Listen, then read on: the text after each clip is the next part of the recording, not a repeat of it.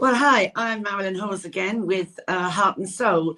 And I just wanted to say, to get you thinking, so many teenagers last week passed their A levels again and going off to uni. And I know how exciting and also sad it is to say goodbye, but how lovely it is to see them opening up their lives and moving forward and fulfilling their dreams. And then for some people, especially one person or more than that, three families, two of which were students, that all ended in 2023 with a horrible, horrible situation. I am very privileged and honoured to be speaking today to Mrs. Emma Webber, who is the mother of Barnaby. And I think you might remember what happened at Nottingham University.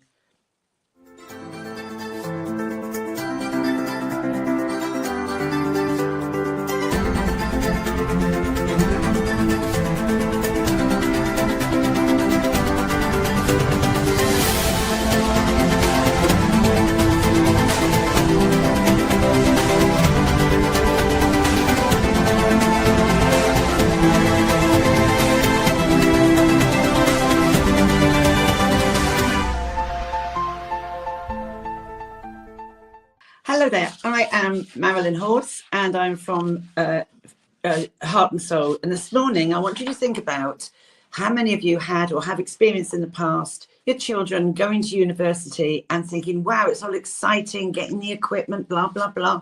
Will they qualify? Will they graduate? Will they make new friends? It's really exciting and yet, and a sort of sadness as they move on with their new chapter. But for one or two families, actually, it all went absolutely horrific one day and something very bad happened and it should never have happened. But I think it's also every parent's thought that could it. And it did for Mrs. Emma Webber and her family and also Grace O'Malley. But we have Mrs. Emma Webber here today. Well, hi, Emma. It's lovely finally to actually see you, meet you, if you like. It's lovely, and I can hear your seagulls in the background, which makes me really wish I was by the sea. So it's absolutely lovely.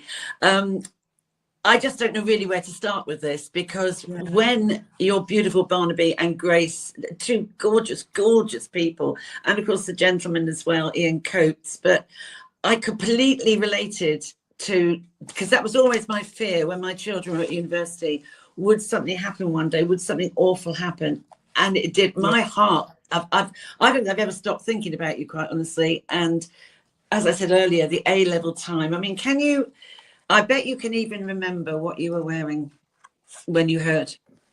Yeah, I can. And it's one of those things, it's, you know, when you watch a film and the awful stuff happens in very slow motion. And that photo was taken in Palma, in Mallorca, in July, just over 4 years ago, 2022. It was our last family holiday together, bless him.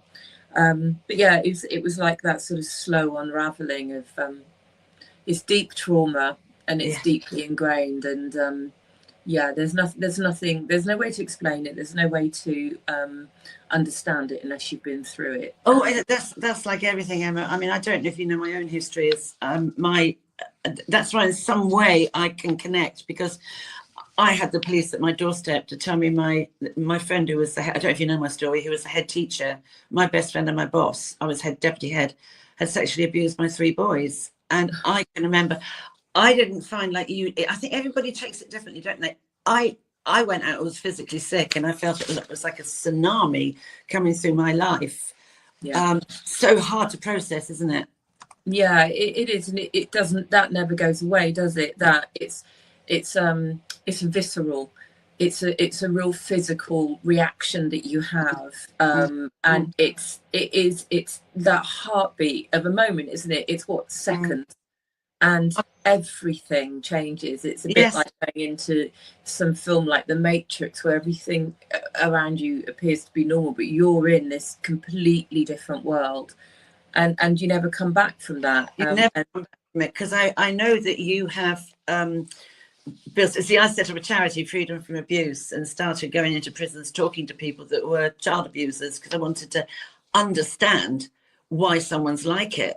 But you've set up the Barnaby Webber Foundation, haven't you? Yeah, I mean that's it. I can give you sort of the facts behind that, and I was talking to a friend the other night about who's one of the trustees on it, who's worked as a fund. I say fundraiser. She'll shoot me for saying that, but she works within schools to raise funds to offer bursaries, etc., etc. And we were talking about how and why people give and what happens. And the reason the Barnaby Webber Foundation came about was because when it all happened, I hope you don't mind the fact my husband is just bringing me a coffee. Oh, can I have one? Hi, good morning. I'm a coffee person this morning. Thanks, so it's a family show. Nice to meet you. Yeah, he's got that cappuccino, please. I'm just saying, he's going to kill me because that's his doing work stuff outfit. So fine. He's going to the tip. He's going to the tip. And I suppose in a weird way, what you've just experienced there is, we're in the grips of this horror, this tragedy that's never going to change for us. But in some ways, life goes on, and it's just so weird. It is so weird. But I was talking about Barney. Oh, there they are. That's in Palm. No, it's not. That's in Death Valley, 2018. We were very fortunate. We took the boys on a massive one of those big road trips around the West Coast, and I've done that. It's lovely. It was just hot as a pits as hell.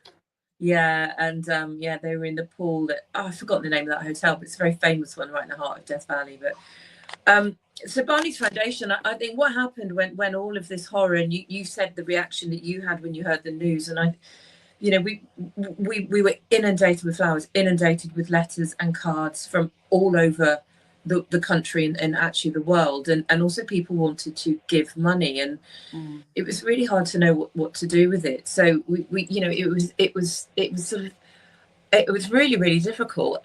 We didn't want it. I didn't want people, the public's money to go towards putting the funeral for my 19-year-old son on. It felt, to me, I wanted to contradict that, and didn't want to take people's money for that. If I could, I would have got the perpetrator and his family to pay for it. But that's an aside. So what we did is all this money wanted to come in. So we set up. It was a moment of, right, okay, what am I going to do? We'll do a GoFundMe. We'll set that up, and then when that money's finished coming in, we'll make a big donation to someone somewhere, and then that just evolved into what would Barney want us to do with that? Let's set up the foundation, and everyone, you hear this all the time, especially with bereaved parents, but we wanted it to reflect him, and we wanted it to support people who have challenges in life, young people, and also his huge passion, which was cricket. And it's hard, cricket's not the most commonly played sport in all schools. In a school that we went to, it was one of the three main ones, and he loved it. University, it was his biggest love at university, definitely way above his course. And so it's grassroots cricket. So that's where the foundation came about, and it's just, as things do, it's organically evolved, and it's becoming something that is that positive light. And when you see the donations and where they're going and the gifts that are awarded, it brings some solace, and I feel that he'd be grateful and glad for us doing that. That was Staple Grove football. His first time he played for Staple Grove. No, it wasn't Staple Grove. Oh, I've forgotten the name of him. It's one of the Taunton local football clubs. Yeah. Charlie behind him, annoying him. He got player of the match. That was his first time he'd ever turned up. He only ever got that once, and I think it's because they wanted him to come back. They probably needed the numbers. But I do think I felt the same. I thought there has to be some purpose in what's happened. What that purpose was, I've got no idea. But for me, it was the same. I've got to do something with all this. I had PTSD. I don't know if you did. I had PTSD after it all. And I'm not going to live off tablets all my life. I've got to do something. And so are you writing a book or doing a documentary or something? So just going back to your comment with regards to the, we could talk about that later, but with regards to what actually physically happens to you health wise, as well as mental health, your physical health. So I have been diagnosed with initially PTSD, mild to moderate anxiety and depression, panic disorder. And because of the horrors that have continued to develop Marilyn ever since, it's now a complex PTSD, and it's severe to moderate anxiety, depression, and panic disorder. And you know, and I am on medication, and I'm the first who want to be able to explain why I'm on medication. I am in therapy. I dread to think what I'd be like without both of those. But in time, I don't want to be like, I don't want to be on tablets every day. I don't want to be feeling nauseous when I take them and think, oh, I haven't eaten. Yeah. It's horrible. And it's, I don't want chemicals in my body that don't have to be there. But I also recognise if they aren't there, then the likelihood is I wouldn't be here at the moment. So well, I think that's right. I mean, I had it all planned how to take my own life. And then a police officer at a dinner party who was in plain clothes recognised it and said I was far too happy to be as recovered, and it was too soon. You see, you're going back only 3 years. I had only just then at that stage, because, you know, by the time he had the court case and he walked free from court and had to chase it, and then he went to prison, and then, you know, I wrote a book and all of that. And it would have been about 3 years when my breakdown started. And I wasn't allowed to go to the court or anything, but I, like you, thought I was on beta blockers. I was on I've got those. I'm on those too. Yeah, and I didn't like the fact that I couldn't even do much without it stop, which hence the beta blockers. But I thought, I want to be me again. I want to be. And I remember this. Oh my God, this psychiatrist I had to go and see was Canadian, and he said to me, "You can't. What do you want? What do you want? What do you want?" I can't do it. He said, "Well, I want my life back." And you probably thought exactly the same thing. And he said, "You can't have it back. You can either fall apart or you can go forward." And I went, "That's not good enough. That's not good enough. I don't want that. That's not good enough." And he was quite brutal. And I think I see in you someone, and I've thought every time I've watched you, there's someone underneath it. You're probably like a duck on the water paddling like mad, but you come across as calm and serene and very resilient. And there is a resilience. When the guy said to me, "You are resilient, you will not take your own life, even though you think you might." And I was furious, because I said, "You don't even know me." But there is always that, you feel set aside, don't you, from other people? Yeah, I say to my friends all the time, I said, you know, my life isn't normal anymore. No. And it's hard for them to relate. And I think there've been lots of ups and downs with you know, because it's hard for people to, you know, to know how to handle me, because I don't even know how to handle me. And you're entirely right. People do it. It's the comment that's most heard is, you know, you're, to me, is you're you know, you're really articulate. I really respect, you know, your ability to speak about it, how calm and collected you are. And I'm always the first to say, you have no idea of the white hot fury that runs through every single vein in my body. You know, you just said that.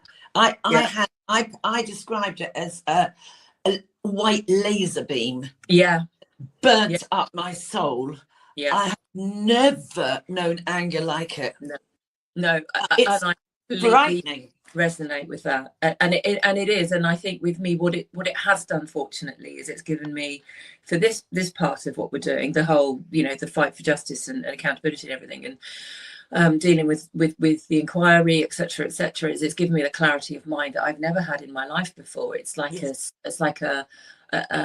such a hyper focus that I'm able to do it. So I can, but when it's bad, it's really bad, and I never want people to assume that I'm dealt with it, dealing with it, coping with it, because I'm getting through it. I'm living with it alongside me, and I can put this on, and I can, for my sake as well as everyone else's, and I can do this. But I think I said in my we were able to give evidence in the inquiry ourselves, and that's at the Grand Canyon in 2018. Lovely, isn't it? Yeah, bless them. I was so terrified they were going to fall yes. off. I was terrified. Especially when Charlie, the little one, went and tried to push his brother. Oh God. You're typical. Yeah. Oh yeah. But what was I saying? When it's really, really dark, and you talked about, you know, planning to not be here anymore, and there was an intervention in the early days, and the way I managed it in my mind to explain to myself why I wanted to do it was if I go, I will be with Barney and I can look after him, and then Dave will be here and he can look after Charlie. And I would still say that's still there, but there's a very big difference between between wanting to kill yourself and not wanting to live. It's so different, and yes. And often I feel like I don't want to live anymore, I don't want to be here anymore, but I'm not proactively planning to not be here. And there is, and it's a horrible thing to have to admit, but there are those days, and I tell you what you don't do, Marilyn, I don't fear death anymore in any way, shape or form. Nor me. I absolutely don't. I'm just the same. It has brought out, it sort of almost galvanized a lot of stuff about me that I didn't know I had in me. I didn't know I could be resilient. I didn't know I could never, I mean, it's like you. I mean, all of a sudden I was washing up. I had a puppy dog and washing up, and the doorbell went and there were the police. And I thought, gosh, like you, the person I was, I mean, I am a different person to as I was. I'm thinking in many ways I'm a better person. I have a more clarity of things in situations of life that are going on. I can sort of get alongside people. When this happened to Barnaby, do you know what I did? Right. I went straight to my little local church. I always joke I live in a xenophobic village in Bedfordshire, and I do. I went into the little church, and we have a little bowl of holy water, and I put some prayer stones in for all four of you. And I also had a mass said for you. Oh, thank you. We've had quite a few. That means a great deal. But I didn't know how to help. I thought she must be inundated with flowers. She'll have cards coming out her ears. And I thought, what can I do that maybe somebody? Oh, look, somebody. That's Colorado. Yeah. Breckenridge. Oh, I mean, it's these memories are lovely, but I mean, I still, even though I'm further down the road, if you like to look at it like that, that my recovery is further on than yours. I can still, I can still, I mean, I can still get days when if I'm walking the dog and something happens, I could cry because I think, well, I've done so much thinking about it, so much anger about it, so much crying over it, that I think I don't, because they are doing fine. I mean, how is Charlie? How is he? Oh, you talked about resilience, you talked about strength of character, didn't you, and stuff earlier, and I think people think I've got that. I mean, I'm a sort of a very pale shade of that compared to him. He astonishes me. He's 18, he's going to be 19 next month. Oh gosh. He on Thursday last week it was A-level results day, and we were both in the, you feel that kind of I can't believe that. Anyway, he got his grades, and he's got into his the university he wants to go to. There he is. That was in Abbeymoor. I've got photos like that of my kids. I love it. I love that picture. I know. They got this thing about sticking. There's always Charlie somewhere about that. So he's. I worry about him every single second of every day, because it's terrible what's happened to me. But it's when people say to me, "Oh, I can't even imagine." I sometimes find that quite irritating, but I shouldn't, because I often say I can't even imagine what Charlie's going through. That is his big brother. That's his exactly. And he's going to go to uni. He's going to go to Cardiff, and which I'm glad about, because his insurance uni was Leeds, which is a heck of a long way from Somerset, but Cardiff's far enough away that it's away but not too far. And he was going to go next year, he's now going to go this year. So we are doing that typical Charlie last minute. We're doing that massive scramble of, oh god, we need to try and find accommodation. But Charlie is I'm so sad that I'm gonna cry. So sad that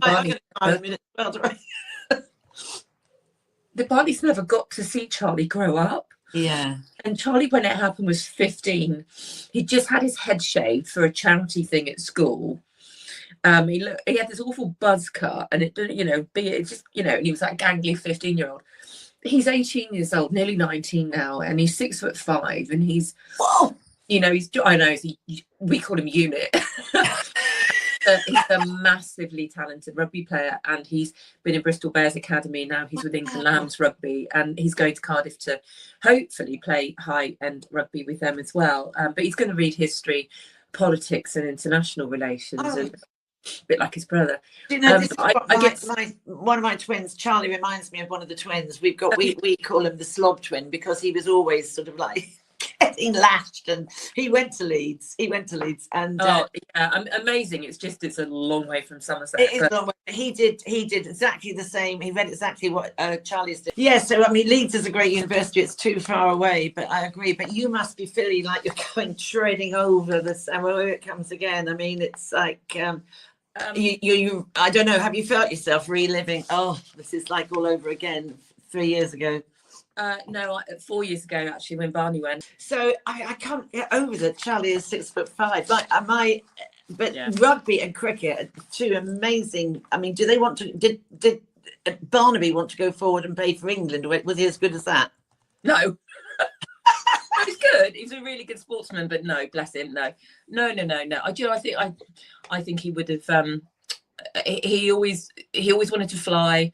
I think he would have, and he was quite interested in the services. So I think he was thinking about military. Wow! Yeah. Wow. I mean, if you, he'd look at anything in the sky and go, "Oh, that was a la la la la la la," and we'd have no idea what he was talking about. He's always obsessed with transport. Wow! I mean, Charlie. I mean, he's good enough. It's whether he, it's always that. You've got to, as I keep saying to him, stop partying quite so much, young man. But it's up to him. It's up to him. He's got a couple of his friends have got contracts with Bristol Bears and stuff, which has been amazing. So very proud of them. But, that's amazing. It is. I just want him to. Like you said, you change as a person, and your perspectives change as a person. And I you know what, even if the results had come in on Thursday and they were dreadful, then that'll be okay, because there's always an opportunity. There's always a plan, isn't there? There's always a plan B. Yeah. There's always ways and means of doing things. And and it was lovely to click on that UCAS site and see congratulations, you've been accepted on Thursday. So he's brilliant boy. It's wonderful that you can feel that. I mean, I know I felt with. It's funny, isn't it? Because going back to my own situation, it was my boys that were touched and not my daughter. And she told me off once because she actually said, because I was so the boys, And she said, actually, Mum, they are my brothers, and I'm feeling it as well. I thought, of course. Yeah. And it's very easy, isn't it, to sort of like it was all about me sort of thing. But have you, as I found, have you lost any friends from it at all who couldn't cope with you? Yeah. I think what it does is I think it fundamentally changes because you change so much and everything changes so much in your whole life. No! It's a funny story with that. That was is that the black guinea pig? Yes. That one was okay. So they pestered. Pester power of children. Oh, let's get these bloody guinea pigs. And we had 2 guinea pigs. That was Charlie's. Barney had one as well. And I was like, what are you going to call them, boy? You didn't call them it. And so they decided they were going to call them CJ, Charlie Jr., and then BJ, which was Barney Jr. And we were like, as parents, okay, that's fine. That's a great name. Barney Jr. and BJ. Yeah, but that's CJ. That guinea pig lived till he was 6. Yeah, they go on quite a long time. My boys, the twins had one. The twins had one each. They never changed the cage. I always had to do it. But they were called Bubble and Squeak. But can I go back to you again, though? Because we are running out and we've had lots of interruptions with the technology. But it's admirable what you've done trying to get justice. And I know the energy and the letter writing and the emails and the frustration of people gaslight you, don't they? They just stonewall. Unbelievable.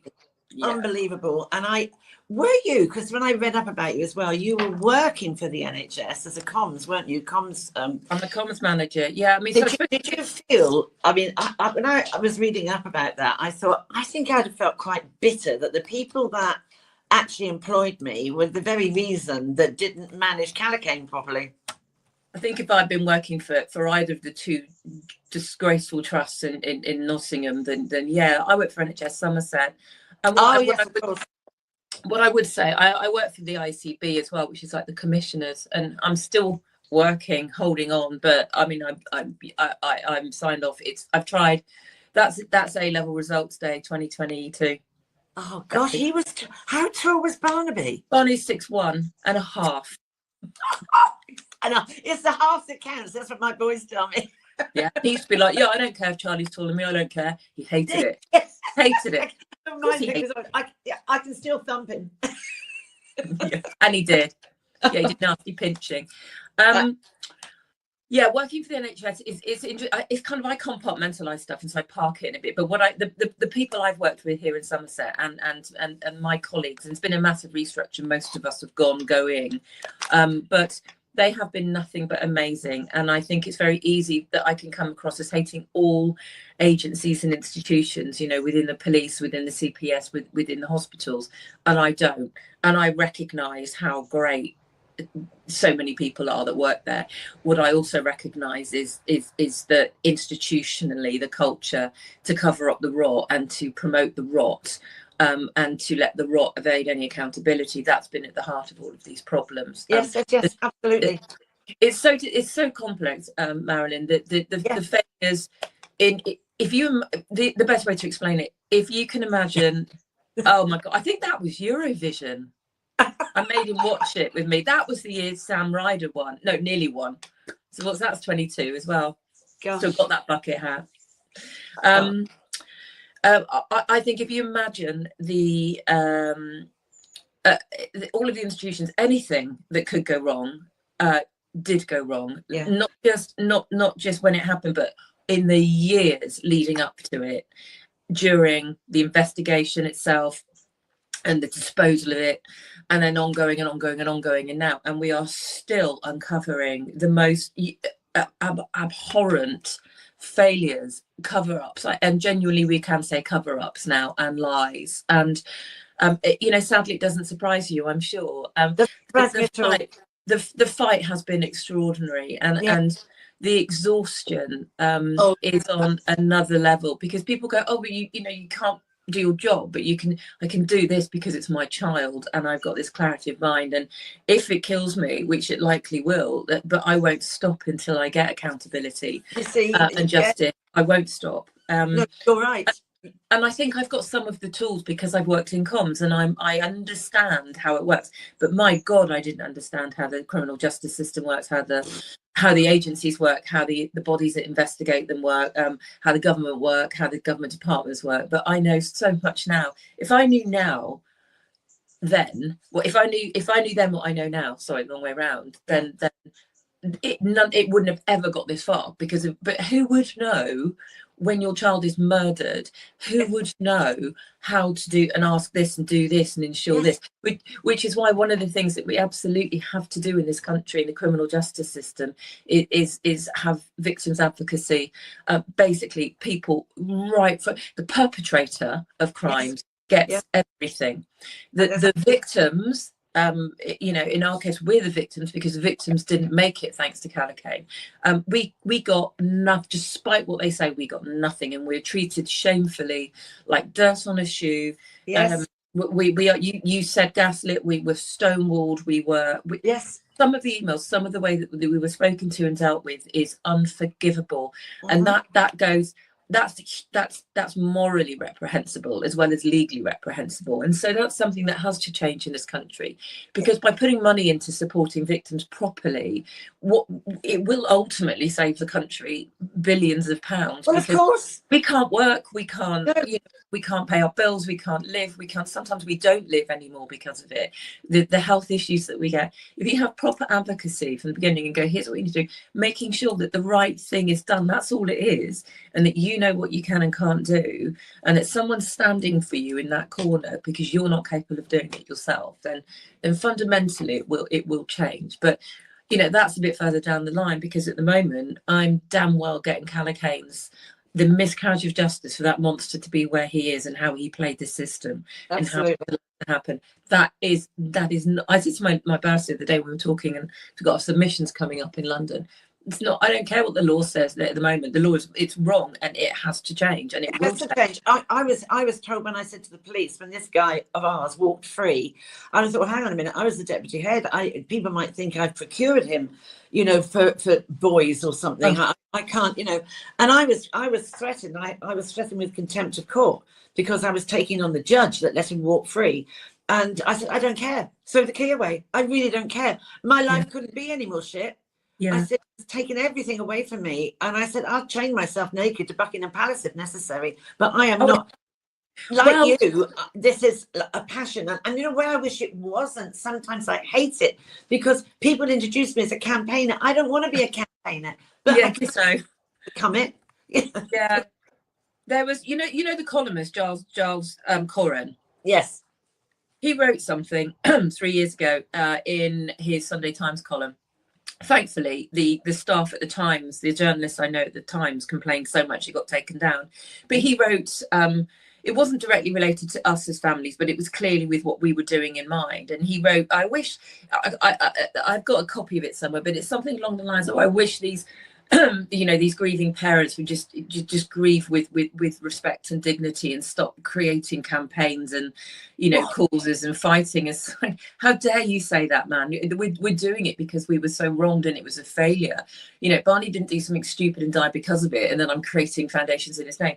You know, everything failed, and if I don't fight, then it will never get better, and these things will never be addressed. And, you know, and I've never forgotten that he did that, because that's the sort of contempt that we should be talking about, not contempt of court, because it's my child, his life's been taken, our lives have been changed forever, as has Grace's family and Ian's family, and the three survivors of exactly. People so don't. We have the power in the room. We have the rights, not the judge, not the Crown Prosecution Service, not the police. Okay. And what we've got now, though, is this two-tier policing, and you're seeing it getting worse before it's getting better. I mean, the Crown Prosecution, I call it the crumbling prosecution service. It's absolutely appalling.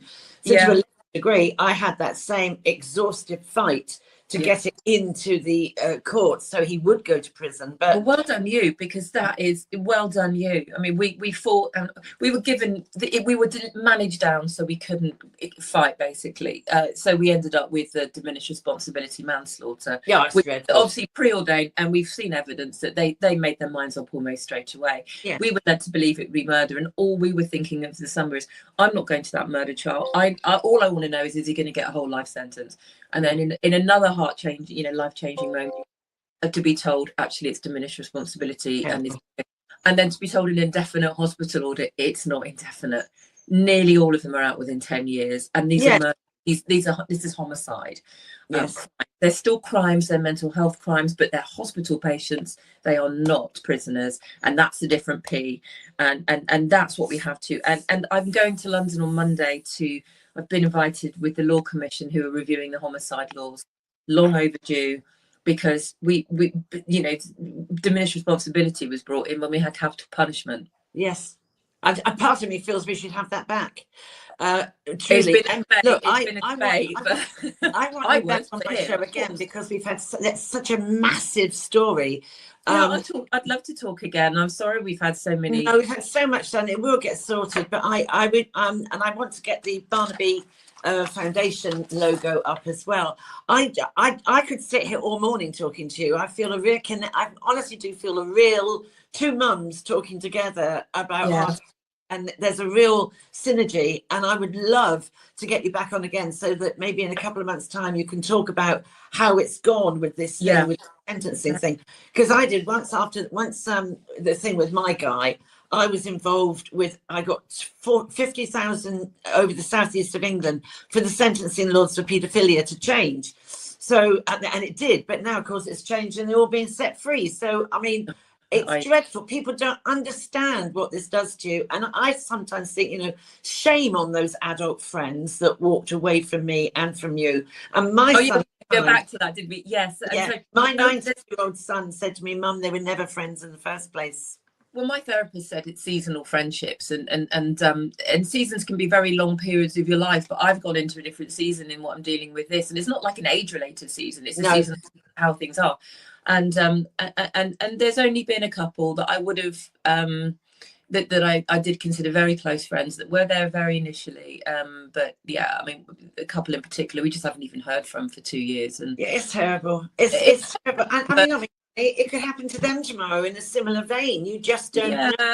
I choose not to give it too much time on. I did give it a lot of time, but I don't now, because what I would say is, you talk about losing friends, but actually what we've got is some of the people that have stepped up for us and have just been like absolute solid support mechanisms. People that I would not have thought would have been necessarily. And so it brings the best out in many people. And a lot of my friends have put up with an awful lot over the last couple of years, and they're still there. So on the whole, I respect everybody. I just think, well, those that went away were fine. They had their issues with me because I was not functioning. But I don't hold malice now. I don't hold. I'm further down, as I say. I have forgiven Jeff Carney because I couldn't forgive him at all until I knew all my children had got decent jobs, had graduated, and had got married and had happy marriage. So it's taken me absolute years to forgive him, but I have forgiven him because I don't want to give him any headspace anymore. It's not worth it. No, the only headspace I will give that monster, the Calicane, is until I get the appropriate. Exactly right. Emma, I'm gonna have to go. I'm so disappointed we have to end it now, and I wish you well for next week. And I'm so sorry I haven't had a coffee from your husband. I know, he's brought me in her ladyship. Oh, that's nice, isn't it? Yeah. Nice to meet you. And let's catch up again. I would love to have another chat with you. Thank you so much for your time and your patience. And you look absolutely stunning. I mean, no one would think that. I don't think anyone would think you and I have been through the trauma that we've gone through. Well, I refused to be beaten by it. And well done. Yeah. I didn't want to be the mum that lost all her hair and teeth and go, oh, look at what's happened. That's exactly right.